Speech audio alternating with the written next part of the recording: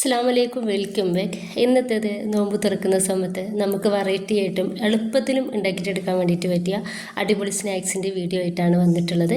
അപ്പോൾ നമുക്ക് വീഡിയോയിലേക്ക് പോവാം, വീഡിയോ ഒന്ന് കണ്ടുനോക്കാം. ഇതിന് വേണ്ടിയിട്ട് ഒരു പാനിലോട്ട് 2.5 ടേബിൾ സ്പൂൺ വെളിച്ചെണ്ണ ഒഴിച്ചെടുത്തിട്ടുണ്ട്. ഒരു 2 മീഡിയം സൈസുള്ള സവോള ഇതുപോലെ നീളത്തിൽ കട്ടാക്കി എടുത്തിട്ടുള്ളതാണ്, അത് ഇതിലേക്ക് ചേർക്കുന്നുണ്ട്. ഒരു സവോളയുടെ കൂടെ തന്നെ കുറച്ച് കാബേജ് എടുത്തിട്ടുണ്ട്, അതും ഒന്നിച്ചിന് ഇട്ട് കൊടുക്കുക. ഒപ്പം തന്നെ നമുക്ക് ഇതിലോട്ട് 2 ചെറിയ തക്കാളി നീളത്തിൽ കട്ടാക്കി എടുത്തത് കൂടി ചേർക്കുന്നുണ്ട്. ഇനിയിപ്പോൾ ഇതിലോട്ട് പച്ചമുളകിൻ്റെയും വെളുത്തുള്ളിയുടെയും ഇഞ്ചിയുടെയും പേസ്റ്റ് കൂടി ചേർക്കുന്നുണ്ട്. ഇതിലോട്ട് ആവശ്യത്തിനുള്ള ഉപ്പ് കൂടി ചേർത്തെടുത്തിട്ട് നന്നായിട്ടൊന്ന് മിക്സ് ആക്കി എടുത്തിട്ട് നമുക്ക് ഇതൊന്ന് വേവാക്കിയെടുക്കുക. നമുക്കിതൊന്ന് മൂടി വെച്ച് കൊടുക്കുകയാണെന്നുണ്ടെങ്കിൽ വേഗത്തിൽ തന്നെ ഒന്ന് റെഡിയായിട്ട് കിട്ടിക്കോളും. ഇതൊന്ന് വേവായിട്ട് കിട്ടിയ സമയത്ത് 1/2 ടീസ്പൂൺ മഞ്ഞൾപ്പൊടിയും 1 ടീസ്പൂൺ കാശ്മീരി മുളക് പൊടിയും 1/2 ടീസ്പൂൺ ഗരം മസാല പൗഡറും 1/2 ടീസ്പൂൺ മല്ലിപ്പൊടിയും ചേർത്ത് കൊടുത്തിട്ടുണ്ട്. ഇനിയിപ്പോൾ ഇത് നന്നായിട്ട് ഒന്ന് മിക്സ് ആക്കി എടുക്കുക.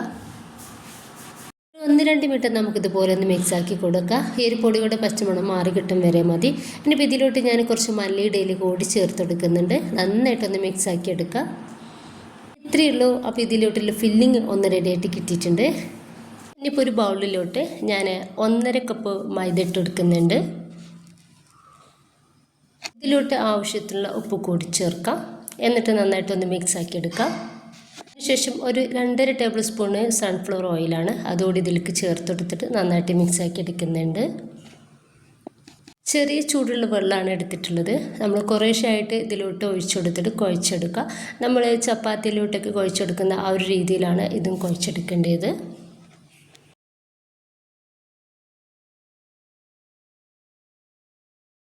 ഇതൊന്ന് റെഡിയാക്കി എടുത്തതിന് ശേഷം 1-2 മിനിറ്റ് നമുക്കിതൊന്ന് കുഴച്ചെടുക്കാം. ഇപ്പം ഞാനിതാ ഒരു 2 മിനിറ്റോളം ഇതൊന്ന് കുഴച്ചെടുത്തിട്ടുണ്ടായിരുന്നു. ഇനിയിപ്പോൾ കൗണ്ടർ ടോപ്പിലേക്ക് കുറച്ച് മൈദ ഒന്ന് തൂവിക്കെടുക്കുന്നുണ്ട്. ഇതിലേക്ക് നമ്മുടെ ഒരു മൈദയുടെ ഡോ വെച്ച് കൊടുത്തിട്ട് നമുക്കൊന്ന് പരത്തിയെടുക്കാം. മേലെയും കുറച്ച് മൈദ ഒന്ന് ആക്കി കൊടുത്തിട്ട് വേണം നമ്മളതൊന്ന് പരത്തിയെടുക്കാൻ വേണ്ടിയിട്ട്.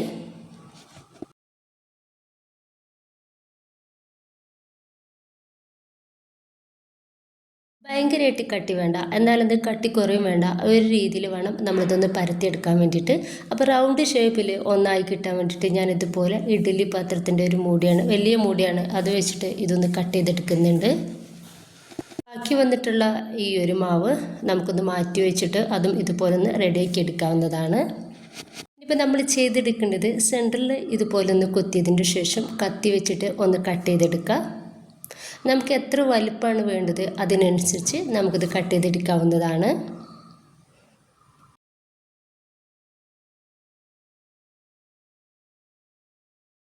അപ്പം ഞാനിതാ ഒരു മീഡിയം വലിപ്പത്തിലാണ് കട്ട് ചെയ്തെടുത്തിട്ടുള്ളത്. എന്നാൽ വലുതുമല്ല ചെറിയ രീതിയിലും അല്ല കേട്ടോ, ആ ഒരു രീതിയിൽ ഒന്ന് കട്ട് ചെയ്തെടുത്തിട്ടുണ്ട്. ഇപ്പം നമ്മൾ റെഡിയാക്കി വെച്ചിട്ടുള്ള ആ ഒരു ഫില്ലിങ് ഇതുപോലെ ഈ ഒരു സൈഡിൽ വെച്ച് കൊടുക്കുക. കുറച്ച് ഗ്യാപ്പ് ഇട്ടിട്ട് വേണം ഫില്ലിങ് വെച്ച് കൊടുക്കാൻ വേണ്ടിയിട്ട്. കുറച്ച് ഫില്ലിങ് വെച്ച് കൊടുത്താൽ മതി. നമ്മുടെ സ്നാക്സ് ചെറിയ ഐറ്റംസാണ് നമ്മൾ ഉണ്ടാക്കിയെടുക്കുന്നത്. ഇപ്പോൾ ഫില്ലിങ് മൊത്തത്തിലായിട്ട് ഇട്ട് കൊടുത്തതിൻ്റെ ശേഷം ഞാനിതാ ഈ ഒരു സൈഡിൽ നിന്നും ഇതുപോലെ ഒന്ന് മടക്കി കൊടുക്കുന്നുണ്ട്.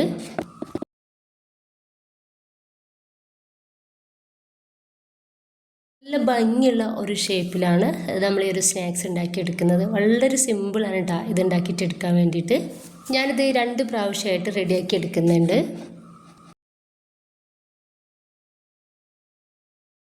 ഈ ഒരു രീതിയിലും നമുക്കിത് റെഡിയാക്കി എടുക്കാവുന്നതാണ്.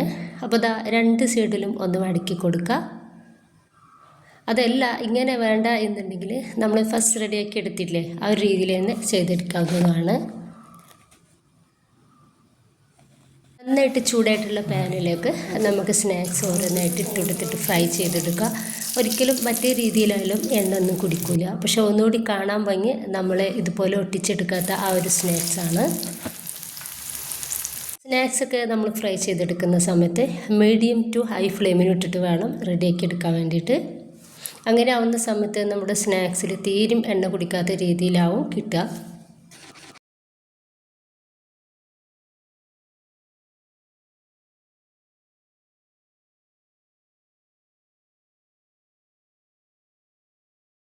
ഇപ്പോൾ നല്ലൊരു കളറിൽ കിട്ടിയിട്ടുണ്ട്, നന്നായിട്ട് ഫ്രൈ ആയിട്ടുണ്ട്. അപ്പോൾ ഈ ഒരു സമയത്ത് നമുക്കിത് എണ്ണയിൽ നിന്നും ഒന്ന് കോരി മാറ്റാം. ബാക്കി കൂടി നമുക്കിതുപോലെ ചെയ്തെടുക്കാവുന്നതാണ്. ഇപ്പോൾ ഇതാ നമുക്ക് മറ്റേ രീതിയിലുള്ള സ്നാക്സ് കൂടി ഫ്രൈ ചെയ്ത് കാണിക്കാം. അപ്പോൾ ഇങ്ങനെ ചെയ്തെടുക്കുമ്പോഴും നമുക്ക് എണ്ണയിലേക്കൊന്നും ഫില്ലിങ് വല്ലാണ്ട് ആവാത്ത രീതിയിൽ തന്നെ കിട്ടും. ഉള്ളിലേക്ക് എണ്ണ ഒന്നും കുടിക്കുക പോലും ചെയ്യൂല. ഇനിയിപ്പോൾ ഒന്നുകൂടി കാണാൻ നമുക്ക് ഭംഗി ഈ ഒരു സ്നാക്സാണ് കേട്ടോ.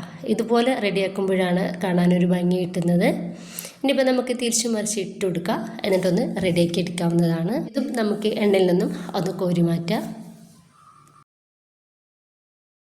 മുഴുവനായിട്ട് റെഡിയാക്കി എടുത്തിട്ടുണ്ട്. നല്ല ക്രിസ്പി ആയിട്ടുള്ള ഒരു സ്നാക്സാണ്. തീരും എണ്ണ കുടിക്കാത്ത രീതിയിലാണ് നമുക്കിത് കിട്ടിയിട്ടുള്ളത്. നോമ്പിനൊക്കെ വെറൈറ്റി ആയിട്ട് നമുക്ക് വേഗത്തിലും ഉണ്ടാക്കിയിട്ടെടുക്കാൻ വേണ്ടിയിട്ട് പറ്റിയ അടിപൊളി സ്നാക്സാണ്. എല്ലാവരും ഉണ്ടാക്കി നോക്കുക. ഇഷ്ടമായിട്ടുണ്ടെങ്കിൽ നിങ്ങളുടെ എല്ലാ സപ്പോർട്ടും ഉണ്ടാവും ഇൻഷാ അല്ലാഹ്. ഓക്കെ.